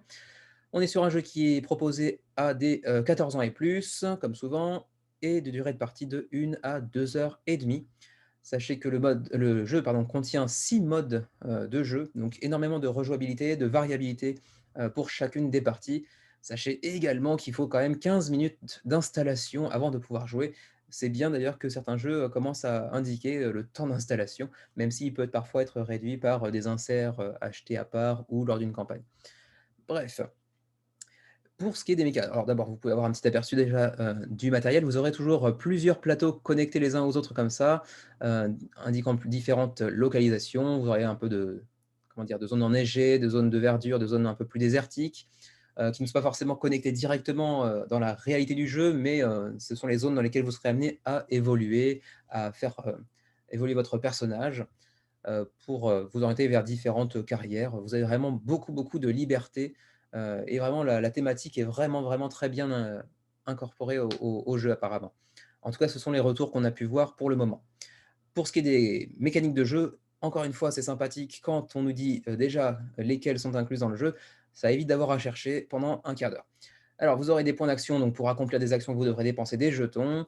Vous aurez également, du mouvement sur les différentes cartes et du line of sight, donc, une ligne de portée pour, viser vos adversaires. Il faudra que vous soyez à portée pour pouvoir les viser, ce qui est assez logique, mais qui n'est pas toujours le cas dans ce type de jeu, pardon. Vous aurez évidemment du jet de dés, comme très souvent dans les Ameritrash. Vous aurez des, plateaux qu'on a vus ici qui seront, double face et donc modulables, selon les parties, selon les modules que vous allez choisir. Vous auront, ouh là là là là, vous aurez, pardon, différents, pouvoirs selon le personnage que vous allez choisir, qui seront plus ou moins forts, plus ou moins agiles, plus ou moins, comment dirais-je? Sneaky, oh, j'ai encore perdu un mot. Qui ont plus ou moins de capacité à s'infiltrer discrètement, plus ou moins de discrétion, on va dire, et cetera. Donc différentes, capacités avec un équilibrage différent selon le personnage que vous allez choisir. Une, dimension de deck building puisque vous allez chercher à améliorer votre personnage en acquérant de nouvelles cartes et bien sûr de la gestion de main pour accompagner tout ça, ça va de soi. Alors, ensuite, le, matos, vous pouvez avoir, un aperçu ici, c'est bon, les plateaux sont pas spécialement fous, ça a l'air joli, mais sans plus. Les plateaux de joueurs sont pareil, assez jolis, sans être diablement original, mais tout ça est très bien conçu. Le design, les illustrations sont très, très bien réussies, il faut bien l'avouer. Vous allez choisir un des personnages qui sont à votre disposition et le faire évoluer, explorer bien sûr le Grand Ouest sauvage, acquérir des armes uniques, éventuellement cultiver la terre, hein. Vous pouvez choisir, un chemin tout à fait, pacifique également, c'est possible. Vous pouvez recruter, des comparses, pour, monter un groupe et ensuite, aller attaquer, d'autres groupes et cetera. Vous pourrez aussi les trahir pour aller les enterrer et bénéficier de ce qu'ils avaient, comme équipement et cetera. Vous aurez également d'autres objectifs, que vous pourrez décider de poursuivre ou non, mais le tout sera quand même, une lutte pour la survie à travers, le Grand Ouest sauvage. Voilà, donc différents modules, différents objectifs, tous très intéressants et très très immersifs apparemment, si j'en crois ce que l'on peut voir pour l'instant. On voit d'ailleurs ici quelques commentaires, dont, un de Board Game Co qui nous dit que le degré, de, comment dirais-je, de création de monde, d'immersion dans Bantam West est complètement incroyable et c'est un open world, un jeu à monde ouvert qui est véritablement ouvert, un vrai bac à sable, ou dans lequel on est totalement libre de ses actions. Et c'est vrai que ça fait partie des côtés très positifs, même si c'est un peu un risque également quand on conçoit un jeu, de faire un jeu totalement bac à sable, ça a une dimension de risque assez conséquente également, parce qu'on a le droit de tout faire et du coup, on peut également faire n'importe quoi et enfin, à voir comment c'est équilibré, comment on nous encourage ou non à aller dans telle ou telle direction, à nous orienter vers telle ou telle stratégie. À voir. En tout cas, moi je demande qu'à essayer. Je pense pas baquer, pour, des raisons, que j'évoquerai peut-être un peu par la suite, notamment le prix, mais ça reste un univers particulièrement intéressant. Alors vous avez un petit aperçu des composants pour la boîte de base, avec toutes les miniatures qui iront avec les personnages, les, 4, plateaux modulaires avec donc double face, heu, une tuile de cité qui, elle aussi sera double face, des magasins qui seront double face, des plateaux de joueurs, un monceau de cartes en tout genre, des tokens en voilà, bien sûr des pièces également, des ressources. Il y aura une sorte de gestion de ressources également, dont il faudra s'occuper. Tous les commentaires ici relativement dithyrambiques, il faut bien l'avouer. Hem, Ça c'est un jeu qui semble faire quand même pas mal l'unanimité. Pour ce qui est des pledge levels, vous avez donc 97 dollars pour le jeu de base, plus les stretch goals bien entendu. 150 dollars, donc une petite économie de 17 dollars pour le, Shadow Governors qui vous offre le jeu de base, plus des pièces de métal, des upgrades matériels, et une carte postale dont on s'en fout un petit peu quand même, il faut bien l'avouer. Le Collector's Cash qui vous propose 2 copies du jeu, plus un discount sur les stretch goals. Certains stretch goals sont en rouge, d'autres en vert, donc je pense que certains d'entre eux sont exclusifs à un niveau de pledge et pas d'autres. Et donc ce sera l'occasion d'obtenir 2 copies, donc 10 $ en moins. C'est pas un discount énorme non plus.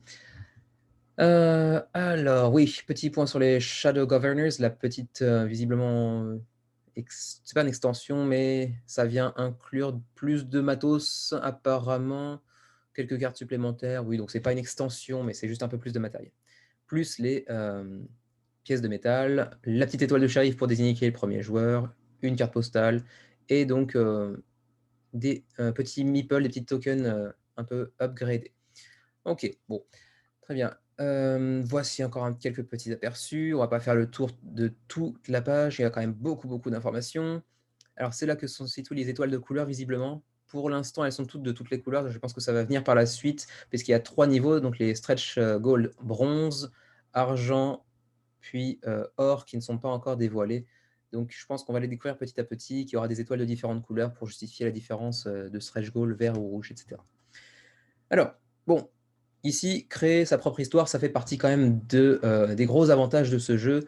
Pouvoir créer son histoire dans un monde totalement libre, ça a l'air quand même vachement enthousiasmant. L'apparente liberté d'action est assez folle. Le côté bac à sable est vraiment très présent. Une DA très réussie. On a une thématisation pardon, vraiment partie prenante du jeu. On a vraiment apparemment l'impression de vivre une aventure dans laquelle on évolue totalement librement. On a 5 modes de jeu et plus à venir apparemment. Mais d'un autre côté, alors, bon, pas de VF pour le moment, c'est toujours un peu le dilemme quand on n'est pas anglophone ou qu'on n'est pas totalement à l'aise avec la langue anglaise. C'est assez onéreux, comme vous avez pu le voir, avec le prix des différents pledges, le plus bas étant à 97 $ tout de même. C'est un primo-éditeur, donc bon, est-ce qu'on peut lui faire totalement confiance, surtout sur un projet aussi onéreux? Bon, à voir. De base, j'aurais plutôt tendance à faire confiance comme ça, mais je peux me tromper. C'est juste que je n'ai jamais encore eu d'expérience négative de ce point de vue-là sur Kickstarter pour l'instant, de jeux pas arrivés, jamais livrés, et cetera. Donc bon, j'ai tendance à faire confiance. Et puis pour l'instant, pas de vraie exclusivité Kickstarter, à voir avec éventuellement les stretch goals silver et les golds qui ne sont pour l'instant pas du tout dévoilés. C'est à peu près tout pour Bantam West, jeu qui a l'air, ma foi, très intéressant dans son approche, dans son côté vraiment très libre. J'attends de voir, il reste de toute façon 3 semaines et demie, mais il y a assez peu de chances que je back. Bon. On continue avec Spire's End Hildegard. Alors, peut-être que certains d'entre vous connaissent déjà Spire's End, son grand frère. Voici donc la petite sœur, Hildegard, une nouvelle aventure qui nous rappelle un petit peu les livres dont vous êtes le héros, avec 4 chapitres qui comptent l'histoire de Hildegard, avec beaucoup d'embranchements narratifs. Vous choisissez votre chemin et ça influencera la suite de votre aventure, avec une direction artistique, comme vous le voyez ici, très réussie. Ça se joue de 1 à 2 joueurs, bon, principalement solo, mais vous pouvez jouer en coop avec la sœur de Hildegard. De 12 ans à plus, bien évidemment. 2 à 3 heures, c'est un jeu assez conséquent, assez long, sur lequel vous ferez des sessions assez longues. Faut y être préparé et c'est assez dépendant du langage aussi. Il n'y a pas de version française et c'est tout en anglais.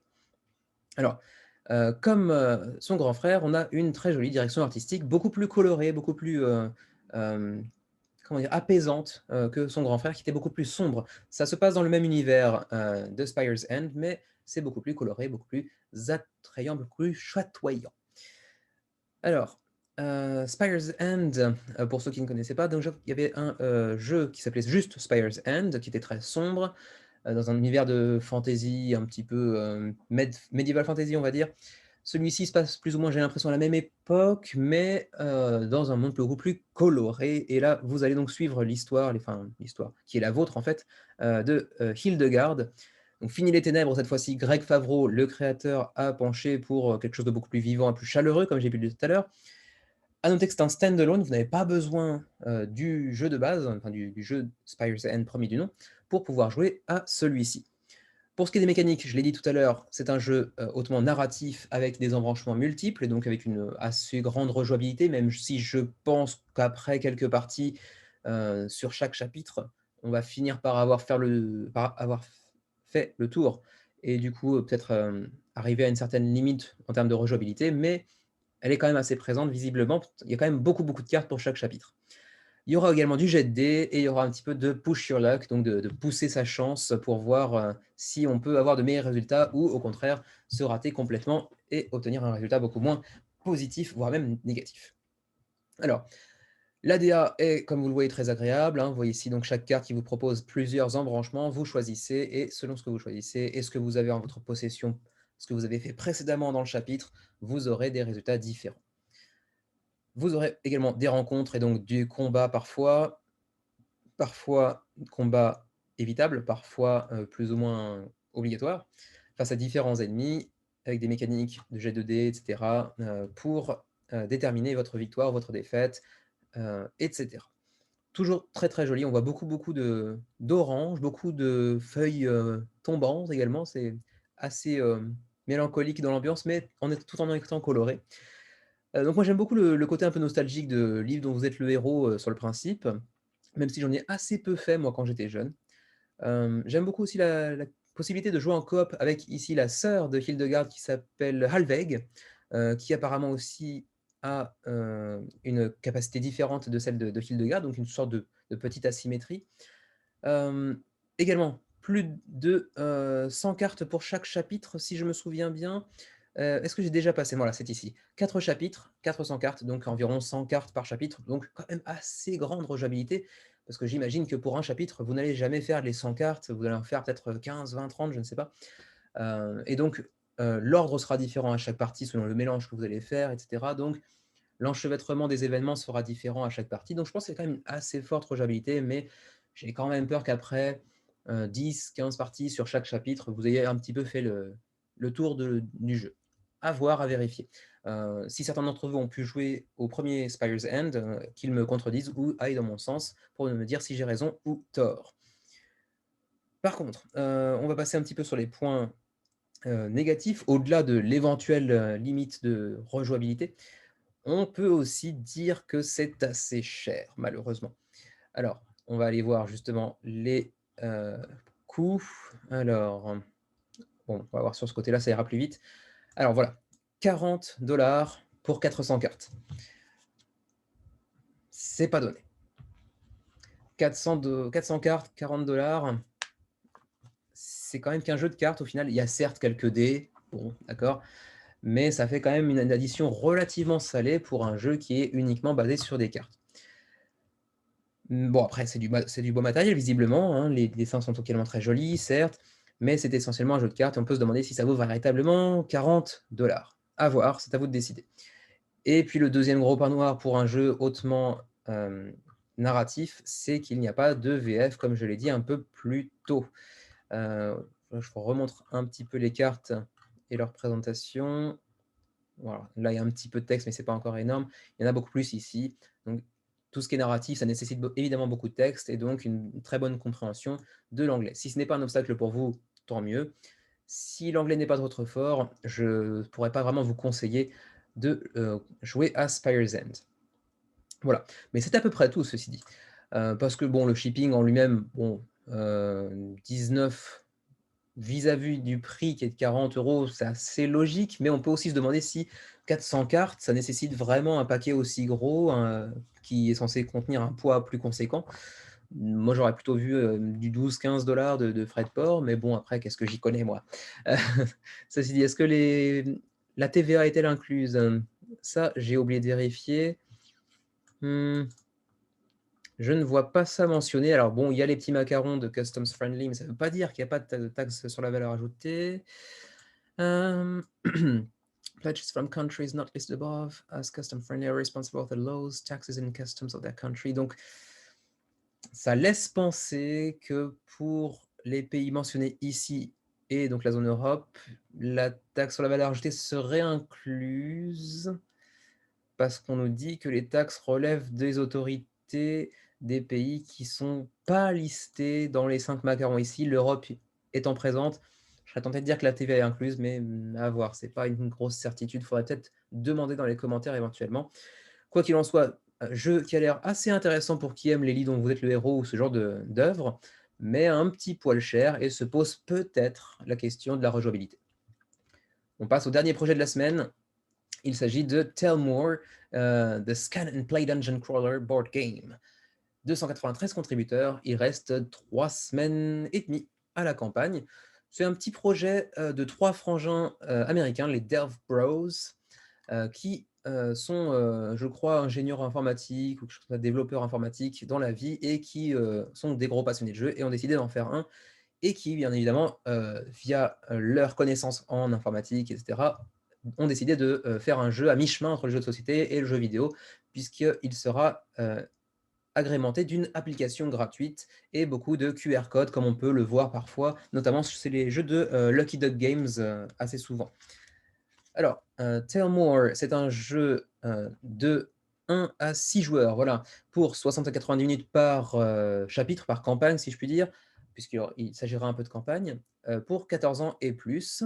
Il s'agit d'un dungeon crawler, comme vous pouvez l'imaginer, d'ailleurs c'est écrit, hein, c'est présenté. Donc tout ce qu'il y a de relativement typique dans ce genre de dungeon crawler, bien évidemment.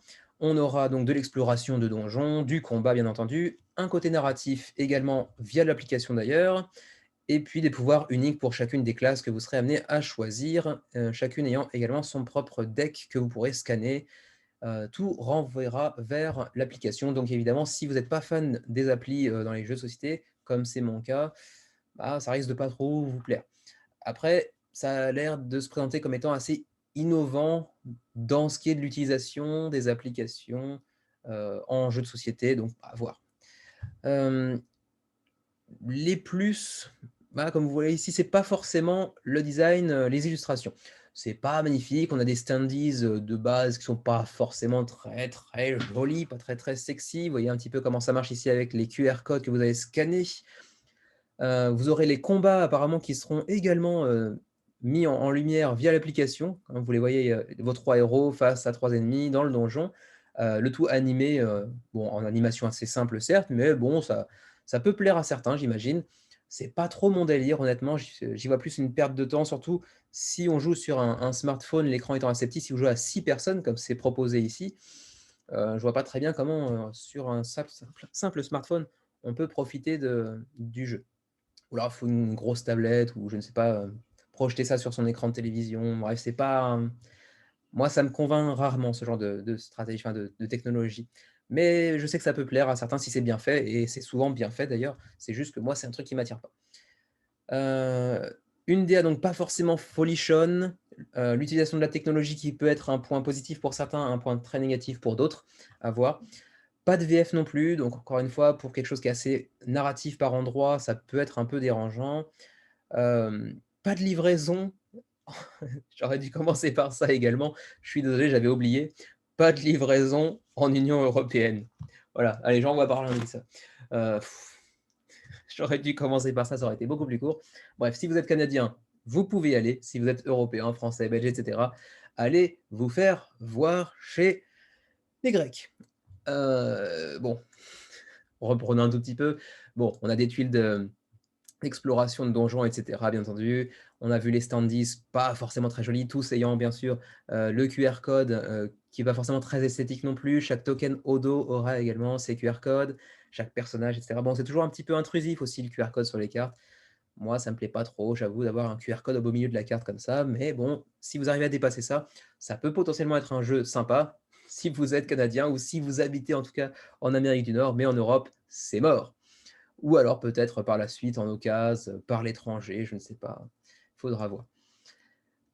Regardons par curiosité quand même les pledges d'Evo. J'en ai un à 59 $, c'est le pledge de base, avec l'application gratuite, hein, bien entendu, avec un suivi apparemment. Ils sont partis pour l'offrir en open source, donc vous pourrez l'utiliser ad vitam aeternam apparemment. Il y aura 8 scénarios.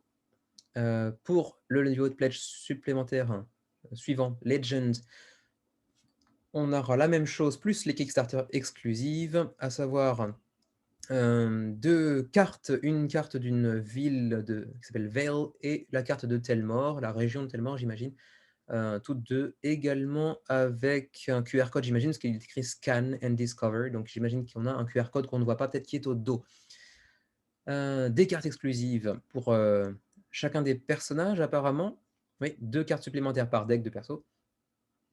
Et une extension digitale en accès libre qui s'appellera The Rescue avec une campagne de 3 scénarios.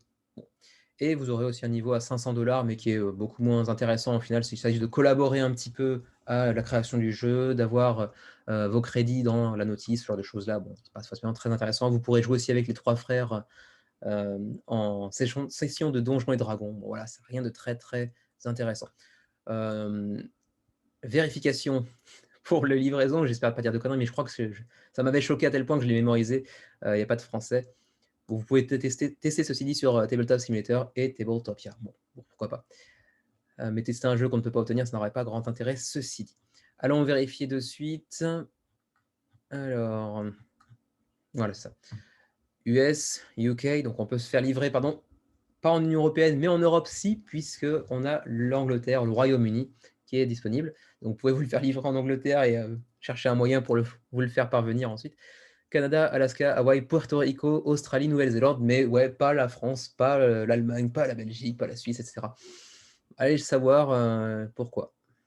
Aucune idée. Bref, si vous êtes Canadien, pourquoi pas. Pour les autres, dommage. Ou pas, à vrai dire. Moi, j'aurais pas baqué même s'il était disponible pour le Japon. Je suis assez repoussé par tout ce qui est QR code et le design, l'illustration ne m'attire pas trop non plus. Voilà. C'était le dernier jeu du jour. Il s'agit donc de Telmore, 293 contributeurs à 26 jours de la fin de la campagne. Voilà pour aujourd'hui, c'est à peu près tout. Et avez-vous remarqué, saurez-vous remarquer à quel moment je me suis barré? Je vous ai dit dans le début de vidéo que je devais repartir travailler. Je ne l'ai pas senti, je me suis dit, il va me rester un peu trop de jeux, de campagnes à suivre, à présenter. Et du coup, je suis parti au beau milieu de la vidéo et je suis revenu en début de soirée pour assurer les dernières campagnes que je n'avais pas encore présentées. Et saurez-vous dire à partir de quel moment je suis parti, à quel moment je suis revenu.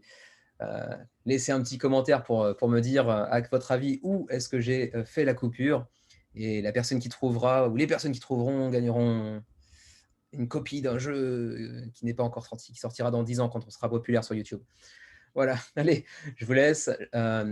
N'oubliez pas, si vous avez le temps et l'envie, de nous laisser un petit like, de vous abonner éventuellement si vous suivez cette chronique semaine après semaine et que vous n'êtes pas encore abonné ou que vous découvrez la chaîne avec cette chronique, cette 10e chronique du menu crowdfunding. Et nous, on se retrouve très prochainement, la semaine prochaine déjà, pour, sur ce suivi des crowdfunding, des jeux en financement participatif, ou peut-être avec une autre vidéo, mais je pense que la prochaine vidéo non crowdfunding sera plutôt pour dans 3-4 semaines plutôt que la semaine prochaine. On verra, à suivre.